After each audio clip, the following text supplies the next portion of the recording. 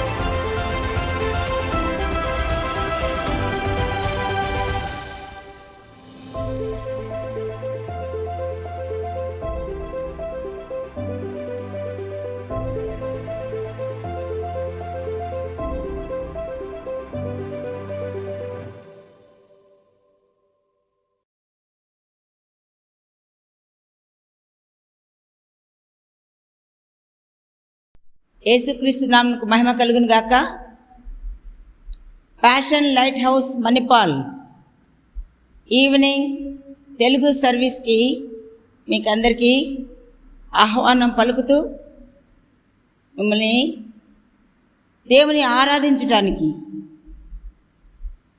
దేవుని మహిమపరచటానికి పరిశుద్ధాత్మ దేవుడు మనల్ని నడిపించాలని ప్రార్థనతో ప్రారంభించుకుందాం. మహాపరిశుద్ధుడైన మా తండ్రి, ప్రేమగల నాయన, కృపగల తండ్రి, మీకు స్తోత్రం చెల్లించున్నాను.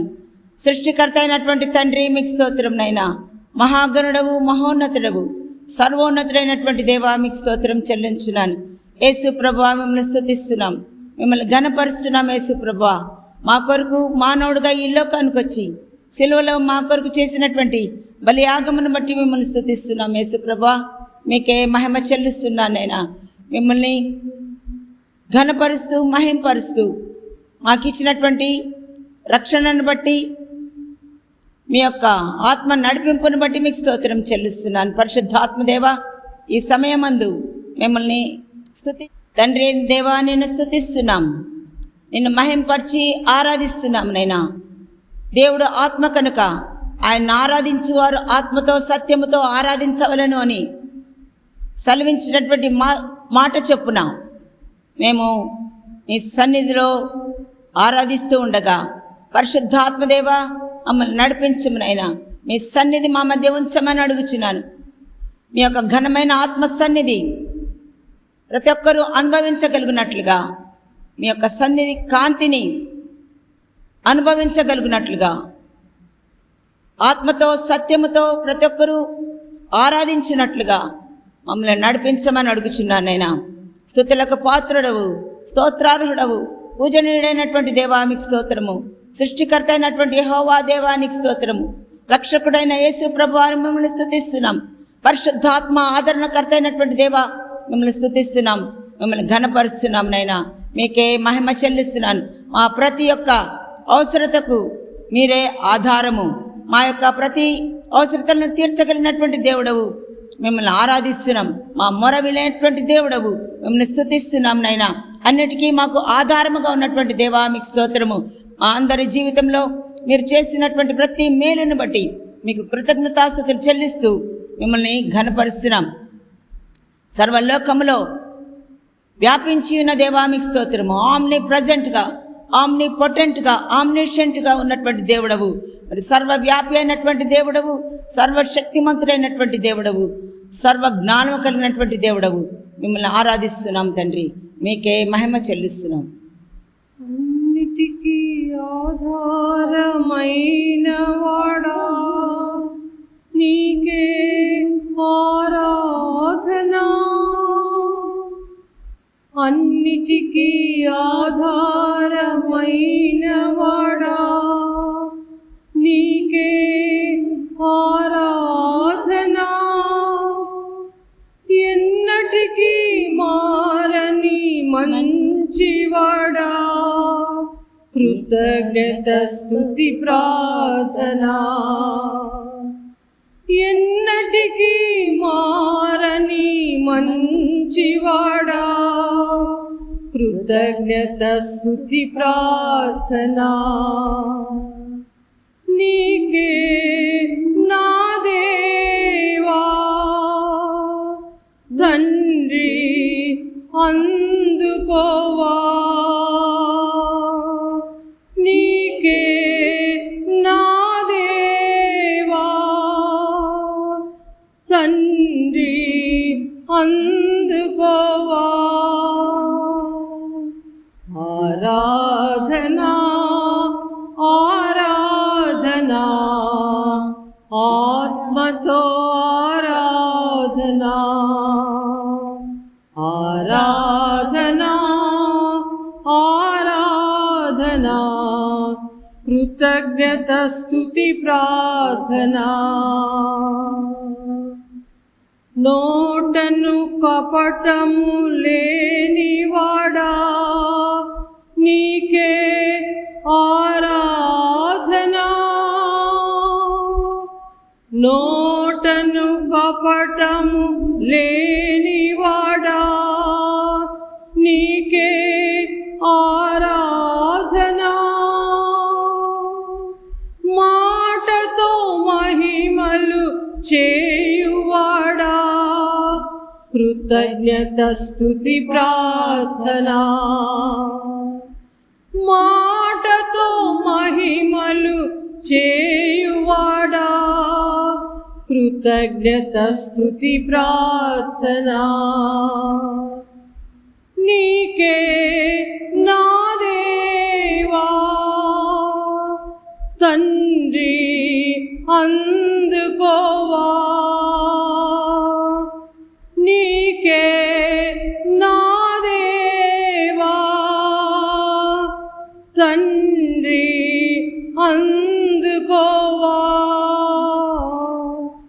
ఆరాధనా ఆరాధనా ఆత్మతో ఆరాధనా. ఆరాధనా ఆరాధనా కృతజ్ఞత స్తుతి ప్రార్థనా. అంతయు వ్యాపించి ఉన్నవాడా నీకే ఆరాధనా. అంతయు వ్యాపించి ఉన్నవాడా నీకే ఆరాధనా. చింతలు తీర్చేటి గొప్పవాడా కృతజ్ఞత స్తుతి ప్రార్థనా,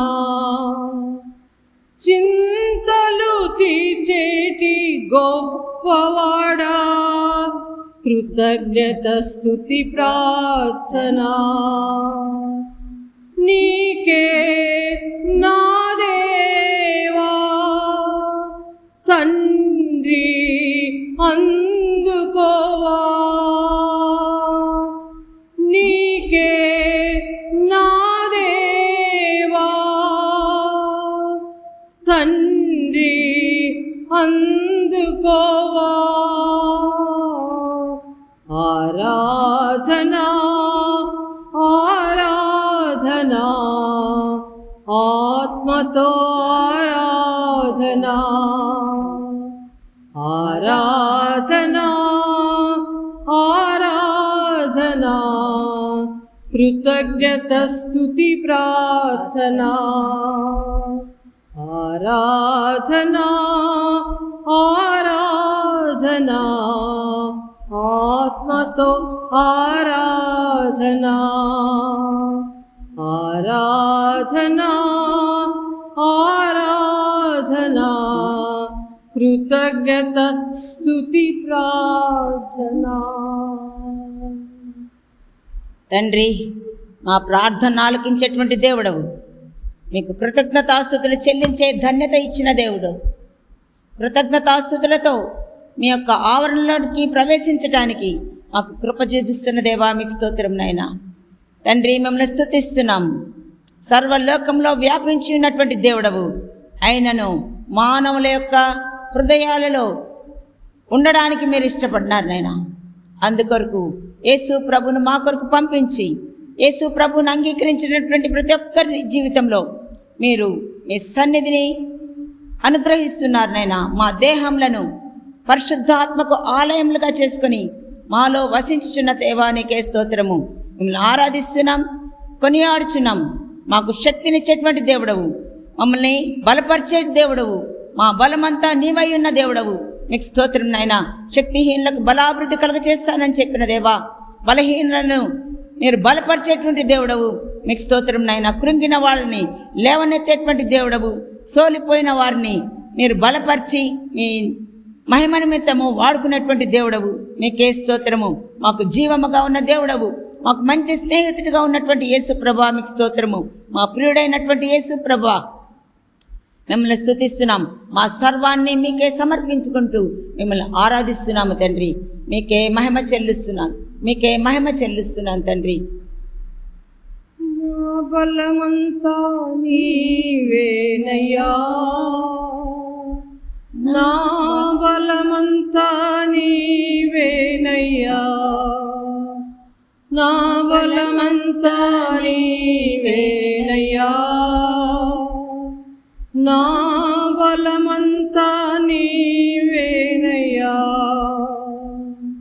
అలలు లేచినను తుఫాను ఎగసినను, అలలు లేచినను తుఫాను ఎగసినను కాపాడే దేవుడవయ్యా. నీవు ఎన్నడు మారవయ్యా, కాపాడే దేవుడవయ్యా. నీవు ఎన్నడు మారవయ్యా. నా బలమంతా నీవేనయ్యా, నా బలమంతా నీవేనయ్యా, బలమంతా నీవేనయ్యా, నా బలమంతా నీవేనయ్యా, నా బలమంతా నీవేనయ్యా, నా బలమంతా నీవేనయ్యా. సోలిన వేళలలో బలము లేనప్పుడు, సోలిన వేళలలో బలము లేనప్పుడు ఆదరించి నడిపావయ్యా. యెహోవా షాబోత్ నీవే, నన్ను ఆదరించి నడిపావయ్యా. యెహోవా షాబోత్ నీవే, నా బలమంతా నీవేనయ్యా. నా బలమంతా నీవేనయ్యా. బలమంతా నీవేనయ్యా. నా బలమంతా నీవేనయ్యా. బలమంతా నీవేనయ్యా. నా బలమంతా నీవేనయ్యా.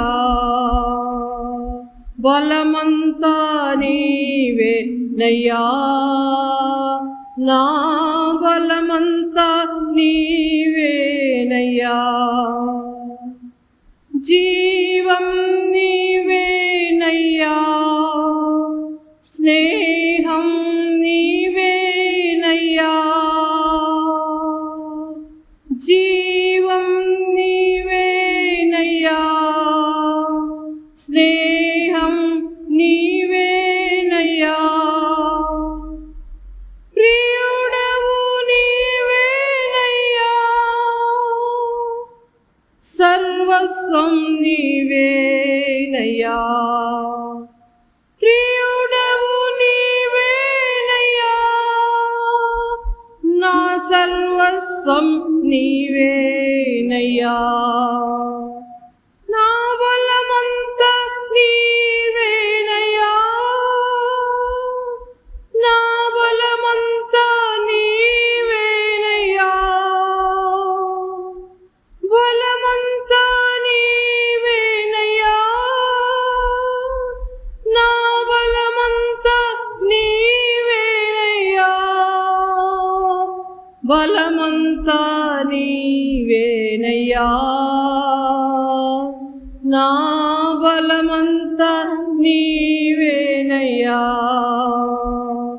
బలమంతా నీవేనయ్యా. నా బలమంతా నీవేనయ్యా. తండ్రి, మిమ్మల్ని స్తుతిస్తున్నాము తండ్రి.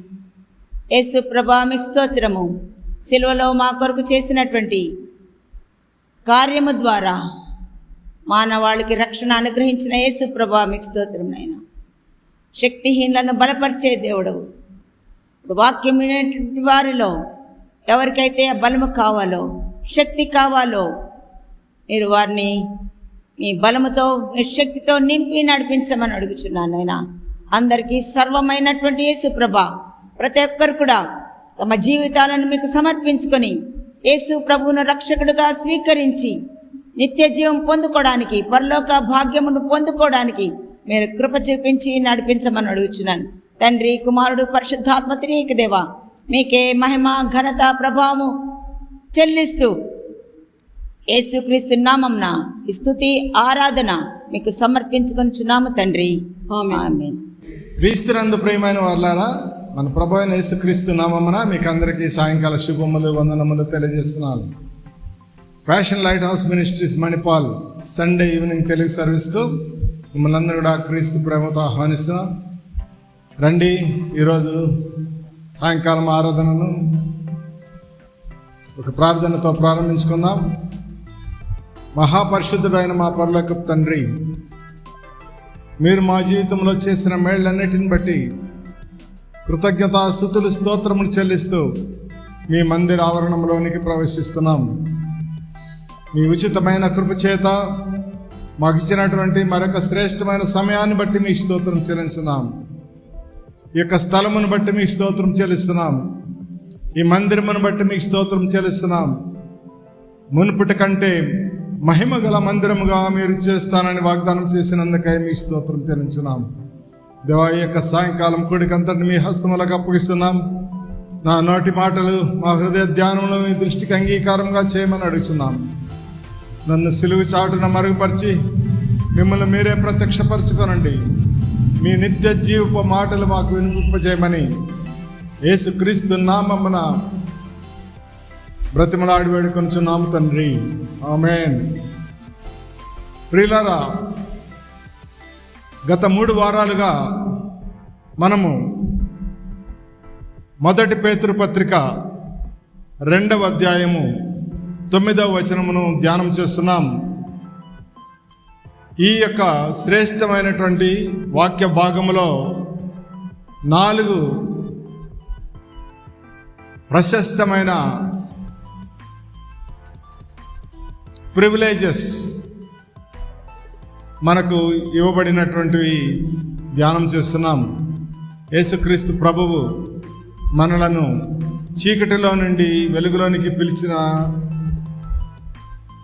వాని యొక్క గుణాతిశయములను మనము ప్రచురం చేయ నిమిత్తము ఏర్పరచబడిన వంశమును, రాజులైన యాజక సమూహమును, పరిశుద్ధ జనమును, దేవుని సొత్తైన ప్రజలను అయి ఉన్నారని మరి మొదటి పేతురు పత్రిక 2వ అధ్యాయము 9వ వచనంలో రాయబడి ఉన్నది. ఈ యొక్క వచనంలో దేవుడు మనకిచ్చినటువంటి ఈ ఆధిక్యతలను, ఈ 4 పేర్లను లేక ప్రివిలేజెస్ను, ఆధిక్యతలను మనము ధ్యానం చేస్తున్నాం. వాటిలో మరి ప్రచురము చేయ నిమిత్తం ఏర్పరచబడిన వంశముగా మనం ఒక వారమును ధ్యానం చేశాం. రాజులైన యాజక సమూహం అనేటువంటి మాటను మరొక వారం ధ్యానం చేశాం. తర్వాత పరిశుద్ధ జనము అనేటువంటి మాటను గత వారం ధ్యానం చేశాం. నేడు దేవుని సొత్తైన ప్రజలునై ఉన్నారు అనేటువంటి మాటను మనము ధ్యానం చేయనై ఉన్నాము. ఈ యొక్క మాటతో ఈ 4 అంశాలు పూర్తవుతున్నాయి. కాబట్టి ఈ యొక్క వచనమును మనము సంపూర్తి చేసి మరొక అంశంలోనికి నెక్స్ట్ వీక్ వెళ్ళగలుగుతాం.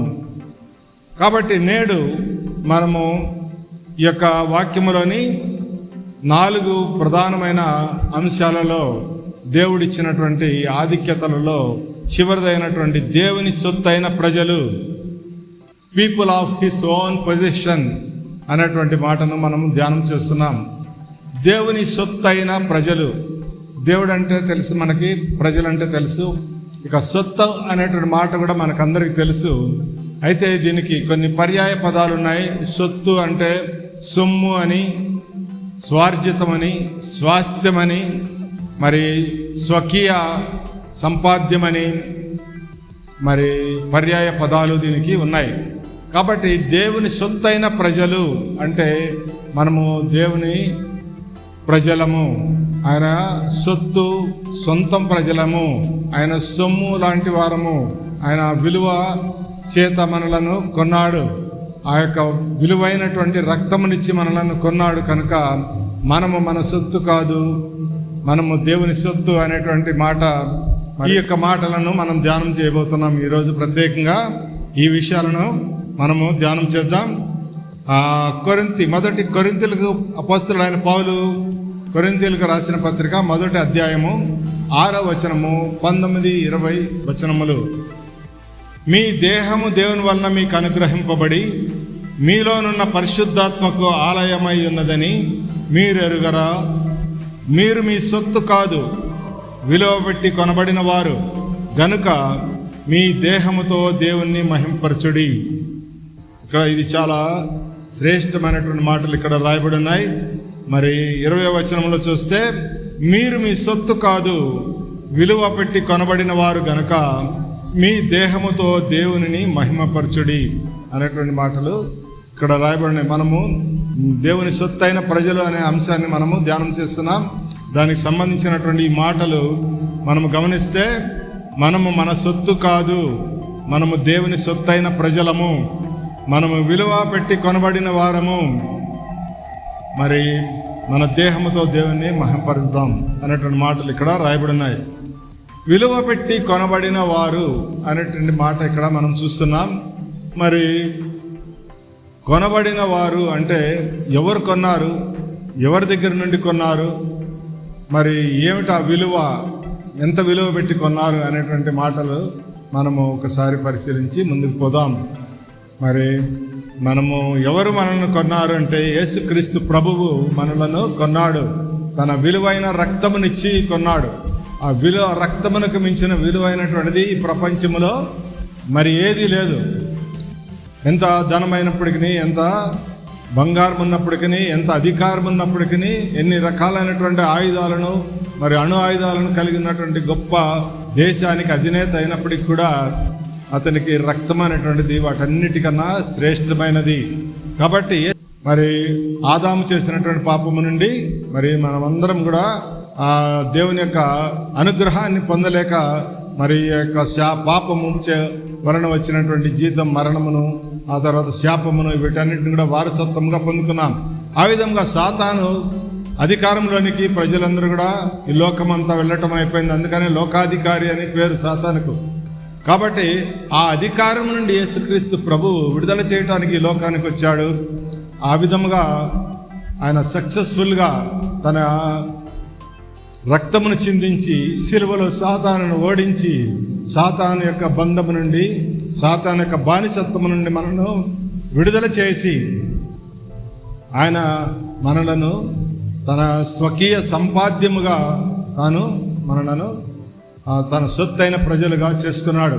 కాబట్టి ఈ విషయము మనమందరం కూడా గమనించాలి. మనమందరం కూడా ఈ విషయాన్ని గమనించకుండా మరి మనకి ఇష్టం వచ్చినట్లుగా మనము బిహేవ్ చేస్తున్నాం. మన దేహము మనదనుకుంటున్నాం.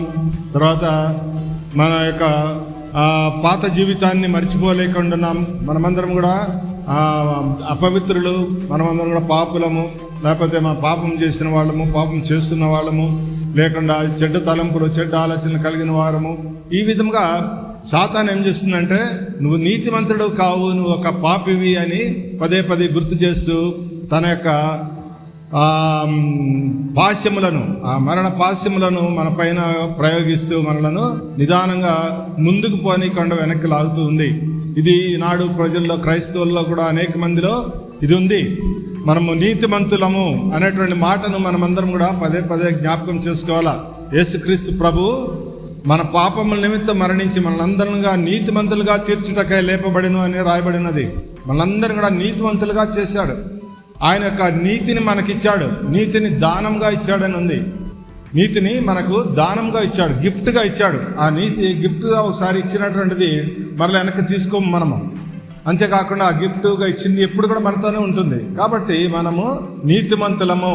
యేసయ్య రక్తము చేత ప్రతి పాపమును మన యొక్క ప్రతి పాపము నుండి యేసయ్య రక్తము మనల్ని కడిగి పరిశుద్ధపరిచింది. కాబట్టి మనమందరం కూడా విమోచింపబడిన వారము, విడుదల చేయబడిన వారము, నీతిమంతులమని జ్ఞాపకం చేసుకోవాలా. మరి చాలామంది మరి నీతిమంతులుగా, మీరు నీతిమంతులు అనేటువంటి మాటను మరి స్పష్టంగా ఒప్పుకోగలుగుతున్నారా అనేటువంటి మాటను ఆలోచిస్తే చాలామంది నీతిమంతులు, మేము నీతిమంతులము, నేను నీతిమంతుడను అని చెప్పగలిగే స్థితిలో లేకుండా ఉన్నారు. నేను కూడా అనేక సంవత్సరాలు దేవుని నమ్ముకున్నాను, పరిచర్యలో ఉంటున్నాను, ప్రార్థన చేస్తున్నాను, వాక్యం చదువుతున్నాను, మరి అన్ని రకాల దేవుని కార్యక్రమాల్లో పాల్గొంటూ ఉన్నాను. కానీ మరి ఒకనాడు ఒక దైవజనుడు ఇదే ప్రశ్న వేశాడు. మనమందరం నీతిమంతులము. ఎవరు నీతిమంతులుగా ఉన్నారు? మీరందరూ కూడా నీతిమంతులని మీకు తెలుసా? మీరు నీతిమంతులైతే ఎవరెవరు నీతిమంతుల చేతులు ఎత్తండి అంటే నేను చేయి ఎత్తలేకుండా ఉన్నాను ఆ రోజు.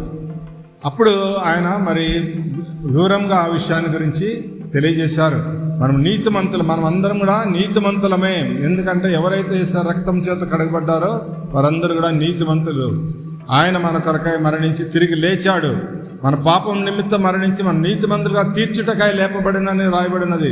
కాబట్టి ఆయన మరణించటము, తిరిగి లేవటం ఎంత సత్యమో మనలను నీతిమంతులుగా తీర్చటం కూడా అంత సత్యము అని మనం గ్రహించాలి. కాబట్టి మనం నీతిమంతులుగా ఉండటానికి దేవుడు మనలను ఏర్పాటు చేసుకున్నాడు. మరి ఆయన మనలను చీకటిలో నుండి వెలుగులోనికి పిలిచాడు.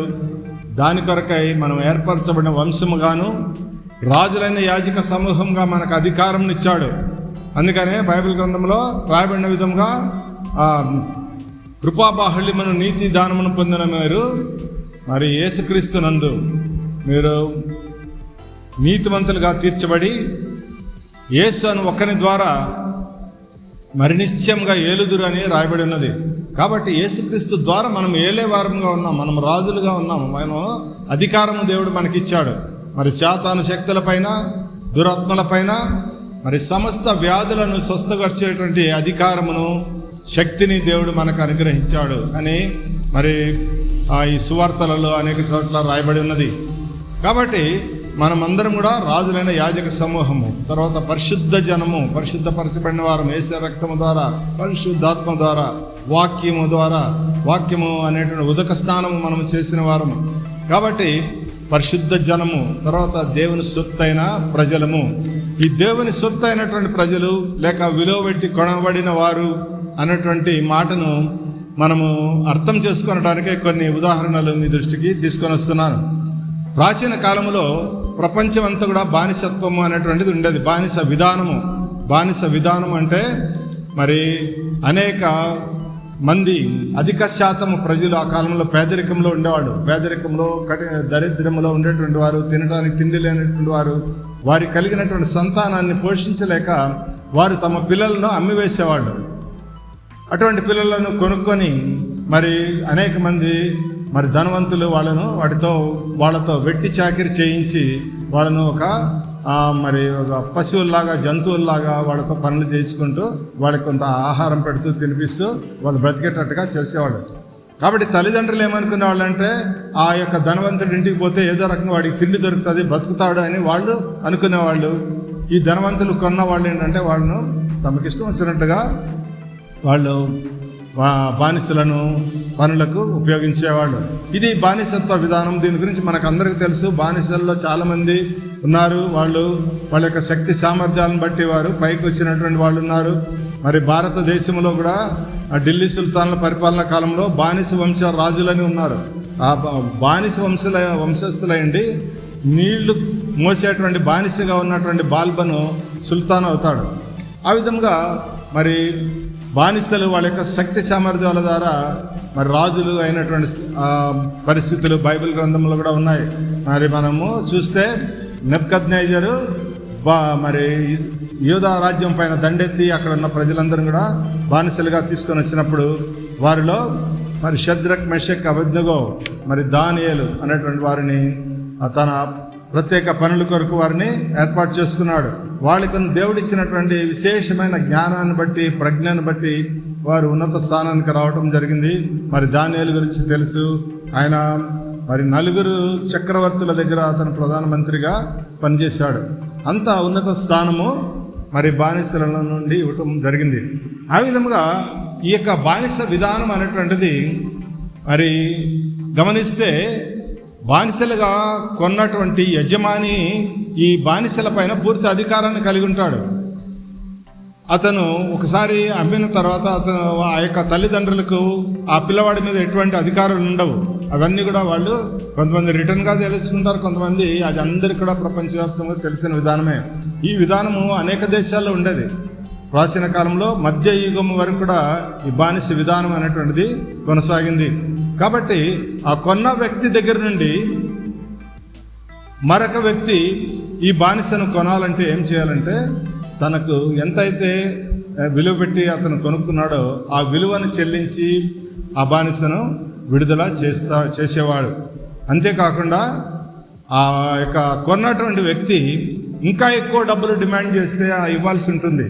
ఆ విధంగా ఆ యొక్క బానిసత్వంలో ఉన్నటువంటి ఒక వ్యక్తిని విడుదల చేయాలంటే మరి కొంత డబ్బు చెల్లించి, వాళ్ళు ఎంత అయితే అడుగుతారో అంత డబ్బును చెల్లించి ఆ యొక్క విలువను చెల్లించి అతన్ని విడుదల చేస్తారు. ఆ విధంగా బానిసత్వ విధానంలో కొనసాగుతుంది. ఈ బానిసత్వ విధానం నుండి రూపుమాపటంలో ప్రముఖ పాత్రను వహించినవాడు బానిసత్వం గురించి మరి ఐరోపా ఖండానికి తెలియజేసి మరి ఐరోపా దేశస్తులందరూ కూడా బానిసత్వం నుండి ప్రజలను విడుదల చేసేటువంటి కార్యక్రమంలో ఇంగ్లాండ్ మొదలగు దేశాలన్నీ కూడా ముందంజలో ఉండటానికి కారణమైనటువంటి వ్యక్తి డేవిడ్ లివింగ్స్టన్ మరి 1813 నుండి 1873 వరకు జీవించిన వ్యక్తి. ఇతను స్కాట్లాండ్ దేశానికి చెందినవాడైనప్పటికి కూడా మరి క్రైస్తవ మిషనరీగా, ప్రొటెస్టెంట్ మిషనరీగా మరి తన జీవితాన్ని సమర్పించుకున్నాడు. మరి ఎంతో పేదరికం నుండి వచ్చి ఎంతో కష్టపడి చదువుకున్నాడు. ఒక డాక్టర్ వృత్తికి సంబంధించినటువంటి చదువులన్నిటినీ చదివాడు. అదే విధంగా మరి ఈ ప్రకృతికి సంబంధించినటువంటి శాస్త్రాలన్నీ చదివాడు. చదివిన తర్వాత తన జీవితాన్ని మరి మిషనరీగా సమర్పించుకున్నాడు. ఆ విధంగా చీకటి ఖండంగా పిలువబడినటువంటి ఆఫ్రికా ఖండమునకు క్రీస్తు యేసు అనేటువంటి వెలుగును మోసుకెళ్ళినటువంటి వ్యక్తి డేవిడ్ లివింగ్స్టన్. డేవిడ్ లివింగ్స్టన్ మరి ఆ యొక్క ఆఫ్రికా ఖండమును గురించి ఐరోపా ఖండాలకు తెలియజేయటము, ఆఫ్రికా ఖండం యొక్క స్వరూప స్వభావాలను తెలియజేసేటకు ఆఫ్రికా అంతా కూడా పర్యటించాడు. ముఖ్యంగా దక్షిణాఫ్రికాలో ఆయన చేసిన పరిచర్య చాలా శ్రేష్టమైనది. వాటిలో ఒక్క అంశాన్ని మాత్రము ఈరోజు చెప్పాలని ఆశిస్తున్నాను. ఒకసారి డేవిడ్ లివింగ్స్టన్ తన యొక్క నివాస స్థలానికి ఆ రాత్రి సమయంలో, చీకటిగా ఉన్నటువంటి సమయంలో త్వరగా నడుస్తూ వెళుతున్నాడు. ఆ సమయంలో రోడ్డు పక్కన ఒక పిల్లవాడు పడి ఉండి మరి అనేక గాయాలతో అతను మూలుగుతూ ఉన్నాడు. కొన ప్రాణంతో ఉన్నటువంటి పరిస్థితిలో ఉన్నాడు. దాన్ని గమనించినటువంటి డేవిడ్ లివింగ్స్టన్ చుట్టూతో అంతా చూశారు. ఎవరు ఈ పని చేశారు, ఎవరైనా కొట్టారా, ఏమైనా చేశారా అని అనుకున్నారు. మరి అక్కడ చుట్టుపక్కల ఎవరు మనుషులు లేరు. అదంతా కూడా అడవి ప్రాంతము. అక్కడ కొండ జాతి వాళ్ళందరూ కూడా ఏం చేస్తూ ఉండేవాళ్ళంటే వారి పని ఈ యొక్క చిన్న చిన్న పిల్లలను పట్టుకొని పోవటము, తల్లిదండ్రుల దగ్గర నుండి ఇప్పించుకొని పోవటము, వాళ్ళకి ఎంతో కొంత డబ్బు ఇవ్వటము, వాళ్ళందరినీ కూడా బానిసలుగా మరి ఈ యొక్క అగ్రదేశాలకు అమ్మివేయటము, పెద్ద స్థాయిలో ఈ యొక్క వ్యాపారము జరుగుతుండేది. వారిని అందరం కూడా ఓడల మీద ఎక్కించుకొని మరి సంతకు గొర్రెలను పశువులను తీసుకెళ్ళినట్లుగా వీళ్ళని తీసుకెళ్ళి అమ్మివేస్తూ ఉండేవాళ్ళు. అటువంటి పరిస్థితుల్లో ఇతను కూడా ఆ విధముగా బానిస అయినటువంటి బాలుడు మరి ఈ విధముగా గాయపడి దెబ్బలతో మూలుగుతూ ఉన్నటువంటి పరిస్థితుల్లో డేవిడ్ లివింగ్స్టన్ మరి ఆ పిల్లవాడిని ఎత్తుకొని మోసుకొని వచ్చి తన నివాస స్థలానికి తీసుకొని వచ్చి అతని గాయములను కడిగి వాటికి మందు పూసి, ఇతను డాక్టర్ కాబట్టి ఆ స్వస్థత పరిచేటువంటి కార్యక్రమం అంతా కూడా ఫస్ట్ ఎయిడ్ అని కూడా చేశాడు. ఆ తర్వాత కొంత ఆహారం పాలను ఇచ్చి అతను బలపరిచిన తర్వాత ఆ విధంగా ఆ పిల్లవాడు ఆ రోజు రాత్రి నిద్రపోయాడు. ఉదయముననే తెల్లవారుజాముననే ఒక వ్యక్తి మరి డేవిడ్ లివింగ్స్టన్ యొక్క తలుపును కాలుతో తన్ని దాన్ని పడగొట్టి లోపలికి వచ్చి ఒక పెద్ద తుపాకీని డేవిడ్ లివింగ్స్టన్ యొక్క నుదుటకు గురి చూసి పెట్టాడు. పెట్టి ఆ పిల్లవాడిని నాకు వెంటనే ఇచ్చివేసాయి, వాడిని ఎందుకు తీసుకొచ్చావు, వాడు నా బానిస, నా పిల్లవాడు, వాడిని నేను కొనుక్కున్నాను, వాడు నావాడు, నువ్వు వెంటనే ఇచ్చేసాయి అని చెప్పి ఆ యొక్క కొండ జాతి నాయకుడు కొంతమంది మనుషులతో వచ్చి డేవిడ్ లివింగ్స్టన్ను బెదిరించాడు. అయితే డేవిడ్ లివింగ్స్టన్ అప్పుడు అర్థమైంది జరిగిందంతా కూడా. ఇతను ఒక పిల్లవాడు బానిసగా కొనబడినటువంటి వ్యక్తి మరి ఏదో కారణంలో తప్పించుకొని పారిపోయి వచ్చాడు. అయితే ఆ యొక్క క్రమంలో అతనికి అనేక దెబ్బలు తగిలినాయి అని చెప్పి భావించాడు. సరే ఈ బిడ్డను ఎట్లయినా కానీ రక్షించాలని చెప్పి అనుకున్నాడు. అనేక విధములుగా ప్రాధేయపడ్డాడు. వాడు మాత్రము ఆ కొండ జాతి నాయకుడు ఏమాత్రం ఒప్పుకోలేదు. ఆ కఠినమైనటువంటి క్రూరుడు అనేటువంటి వ్యక్తి వెంటనే కాల్చేదానికి సిద్ధపడుతున్నాడు. అటువంటి పరిస్థితులలో మరి డేవిడ్ లివింగ్స్టన్ ఏం చెప్పాడంటే, నీకేం కావాలి, ఏదైనా నా దగ్గర ఉన్న ఏదైనా తీసుకొని పో, ఈ పిల్లవాడిని మాత్రం మొదలుపెట్టి పిల్లవాడికి సంబంధించినటువంటి విలువ సంబంధించినటువంటిది ఏదైనా కానీ నువ్వు తీసుకొని పో, వీడిని మాత్రం నాకు విలువ, ఎందుకంటే నువ్వు డబ్బులు పెట్టి కొన్నాను అంటున్నావు కనుక వీడిని విడుదల చేయి అని చెప్పి వారికి చెప్పినప్పుడు, ఆ విషయం చెప్పినప్పుడు ఆ కొండ జాతి వాడు అటు ఇటు చూశాడు. అక్కడ ఒక గొర్రె పిల్ల ఉంది. ఆ గొర్రెను నాకు ఇచ్చేసేయి అని చెప్పి అన్నాడు. నేను ఆ గొర్రెను తీసుకొని పోతాను, నాకు ఇచ్చేసేయి అని చెప్పి మరి డేవిడ్ లివింగ్స్టన్ను అడగటం జరిగింది. డేవిడ్ లివింగ్స్టన్ ఆ గొర్రెను ఎందుకు కొనుక్కున్నాడంటే దాని పాలనను అతను తీసుకొని తనకు ఆహారంగా తన జీవనోపాధి కొరకు దాన్ని పెంచుకుంటూ ఉన్నాడు. మరి అటువంటి దానిని డేవిడ్ లివింగ్స్టన్ ఇచ్చివేయటానికి సిద్ధపడ్డాడు. మరి ఈ పిల్లవాడిని రక్షించడం కొరకు డేవిడ్ లివింగ్స్టన్ ఆ యొక్క గొర్రెను ఇచ్చివేశాడు. ఆ విధంగా ఆ కొండ జాతి నాయకుడు ఆ గొర్రెను తీసుకొని పోయాడు, ఆ పిల్లవాడిని విడిచిపెట్టిపోయాడు. ఆ పిల్లవాడి తర్వాత మరి ఈయన యొక్క అనుచరుడిగా మారి తర్వాత సేవకుడిగా మారి ఆ యొక్క ఆఫ్రికా ఖండంలో గొప్ప పరిచయం చేశాడు. సరే, ఆ విషయాలన్నీ కూడా గమనిస్తే మనం ఇక్కడ ప్రధానంగా గమనించాల్సిన విషయం ఏంటంటే, డేవిడ్ లివింగ్స్టన్ ఏ విధంగా ఈ బాలుడను ఆ బానిసత్వం నుండి విడుదల చేయటానికి కొరకు తన జీవనోపాధి అయినటువంటి ఒకే ఒక ఆధారము ఆ యొక్క గొర్రెనిచ్చి మరి తను ఏ విధముగా ఈ పిల్లవాడిని ఆ పిల్లవాడికి సంబంధించిన విలువను చెల్లించి విడుదల చేశాడు, ఆ యొక్క బానిసత్వం నుండి విడుదల చేశాడు. అదే విధముగా తండ్రి అయిన దేవుడు తన ఒక్కగానొక్క కుమారుడైన యేసుక్రీస్తు ప్రభువును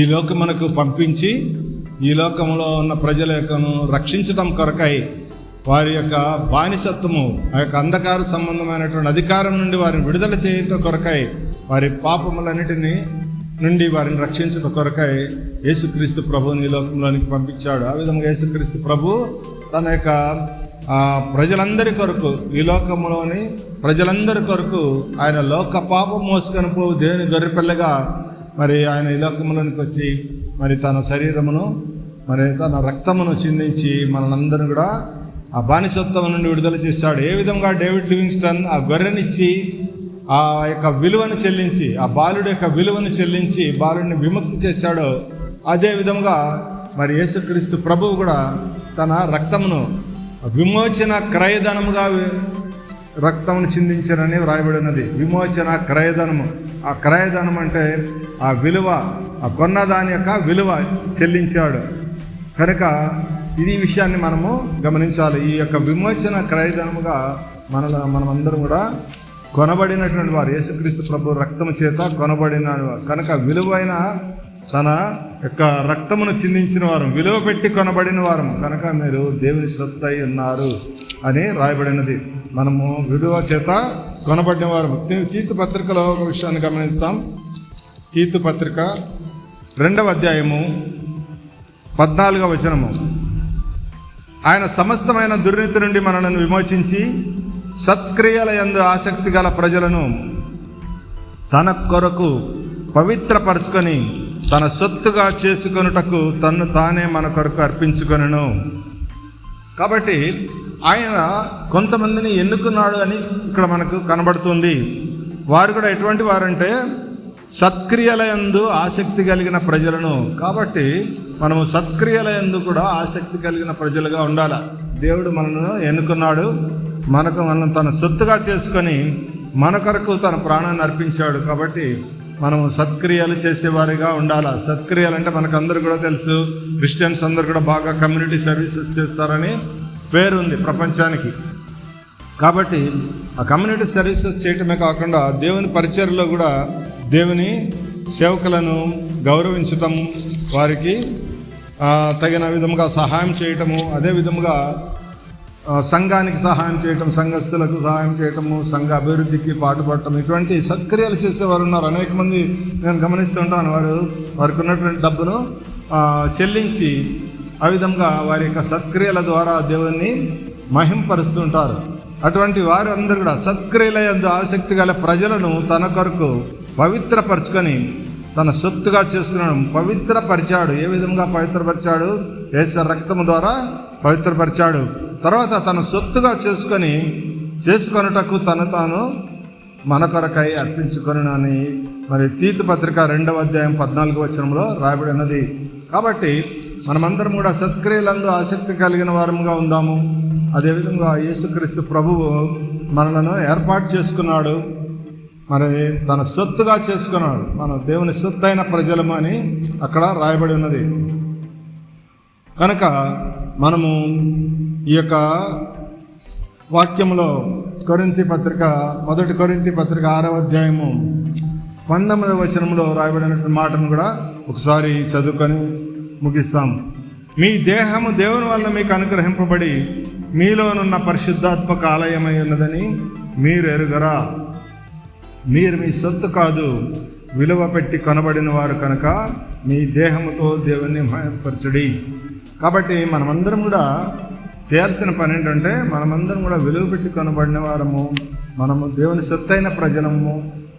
మన ఇష్టము, మనకేది ఇష్టమో అది చేస్తాము, మన దేహం మన ఇష్టమని మనం అనుకోకుండా మనం దేవుడు మనను ఏ విధంగా పిలిచాడో, ఏ విధంగా చీకటిలో ఉన్న వారిని వెలుగులోనికి పిలిచాడో, మరి అటువంటి దేవుని యొక్క గుణాతిశయములను ప్రచారం చేయ నిమిత్తము మనం ఏర్పరచబడిన వారం అనేది గుర్తు చేసుకోవాలా.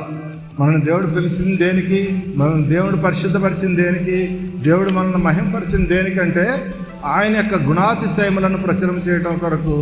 ఆ ప్రచురము చేయట అనేటువంటి బాధ్యతను మనము గమనించి ప్రతి ఒక్కరూ కూడా ఈ యొక్క సువార్త సేవను చేయవలసినటువంటి వారమై ఉన్నాము. ఆ ప్రచారం చేయ నిమిత్తం ఏర్పరచబడినటువంటి వంశము, రాజులైన యాజక సమూహమును, పరిశుద్ధ జనమును, దేవుని సొత్తైన ప్రజలము అని ఈ యొక్క 4 ఆధిక్యతలను దేవుడు మనకిచ్చాడు. ఈ 4 ఆధిక్యతలను మనం ధ్యానం చేశాము. మరి ఎవరైతే విన్నారో వాళ్ళందరూ కూడా ఈ 4 ఆధిక్యతలను యేసుక్రీస్తు నామమున పొందుకున్నారని నేను భావిస్తున్నాను. ఎందుకంటే మనము విశ్వసించడం ద్వారా మనము దాన్ని పొందుకోగలము. ఆ విశ్వాసం మనకి కలిగి ఉండాలి. వాక్యము వినడం ద్వారా మనకు విశ్వాసం కలుగుతుంది, వాక్యము చదవడం ద్వారా మనకు విశ్వాసం కలుగుతుంది. కాబట్టి మనం విన్నటువంటి వాక్యములో బట్టి మనమందరం కూడా పరిశుద్ధపరచబడిన వారము, దేవుని సొత్తైన ప్రజలమని మనం గ్రహించి, మరి మనల్ని ఎవరైతే విడుదల చేశారో, ఎవరైతే మనలను నీతిమంతులుగా చేశారో, ఎవరైతే మనల్ని విమోచించారో, ఆ యొక్క యేసుక్రీస్తు ప్రభువు యొక్క గుణాతిశయములను, ఆయన యొక్క మంచితనాన్ని, ఆయన గొప్పతనాన్ని, ఆయన ఏ విధముగా మన కొరకై ప్రాణం పెట్టాడు, ఏ విధముగా ఆయన శిలువలో మరణించాడు, ఏ విధముగా తిరిగి లేచాడు, ఏ విధంగా ఆయన తిరిగి రానే ఉన్నాడు, ఈ విషయాలను, ఈ గుణాతిశయములను మనం ప్రచారం చేయాలి.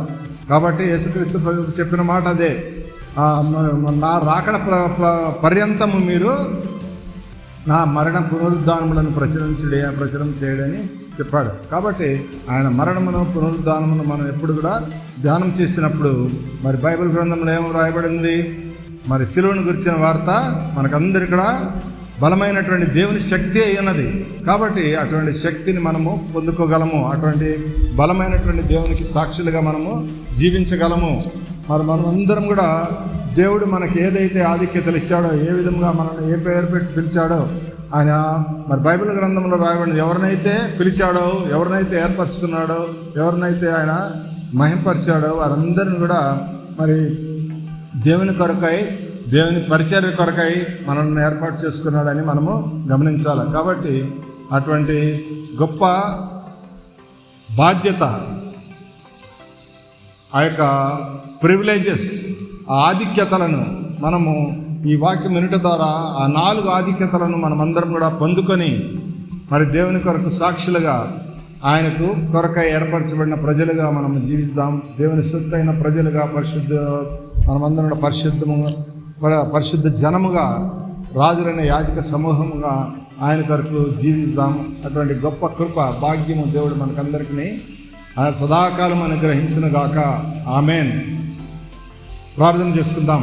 మహాపరిశుద్ధుడైన మా పరలోకపు తండ్రి, మీరు మీ వాక్యం ద్వారా మాతో మాట్లాడినందుకై మీ స్తోత్రం.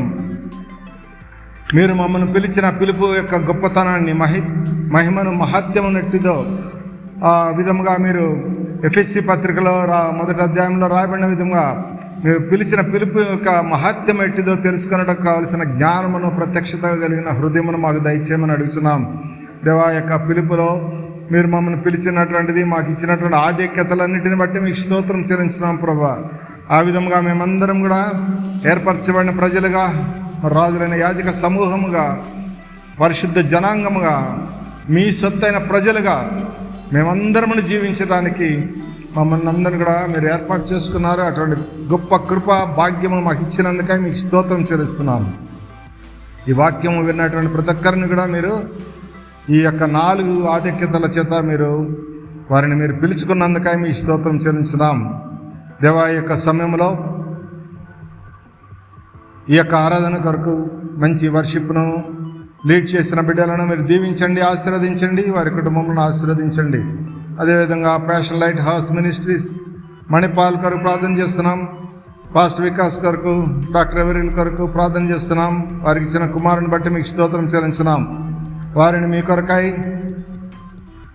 అన్ని జనులకు వెలుగుగాను, జనములకు ప్రవక్తగాను మీరు ఏర్పాటు చేసుకొని ఈ యొక్క పట్టణంలో మీ యొక్క దీపస్తంభంగా ఏర్పాటు చేసి ఆ వెలుగు ప్రజలందరూ కూడా అందునట్లుగా మీరు చేయటకై మీరు ఉద్దేశించినందుకై మీ స్తోత్రం చెల్లించున్నాం. మీరు మీ సొత్తైన ప్రజలుగా పరిశుద్ధ జనాంగంగా మీరు చేసుకున్నందుకై మీ స్తోత్రం చెల్లించున్నాం.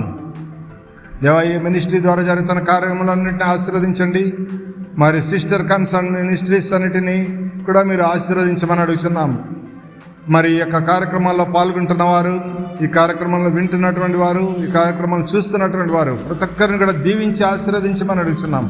ప్రతి ఒక్క బిడ్డ కూడా ప్రభువా మీ యొక్క సొత్తైన ప్రజలు అని గమనించి వారు గ్రహించి వారు నీతిమంతులుగా తీర్చబడ్డారని వారి హృదయంలో విశ్వసించడానికి, మా నీతిని మీరే, మా జ్ఞానము నీవే, మా విమోచన నీవే, మా పరిశుద్ధత నీవే అని ప్రతి ఒక్కరు కూడా గమనించి వారు గ్రహించి వారు ఆ విధంగా జీవించడానికి కృప చూపించమని అడుగుతున్నాం.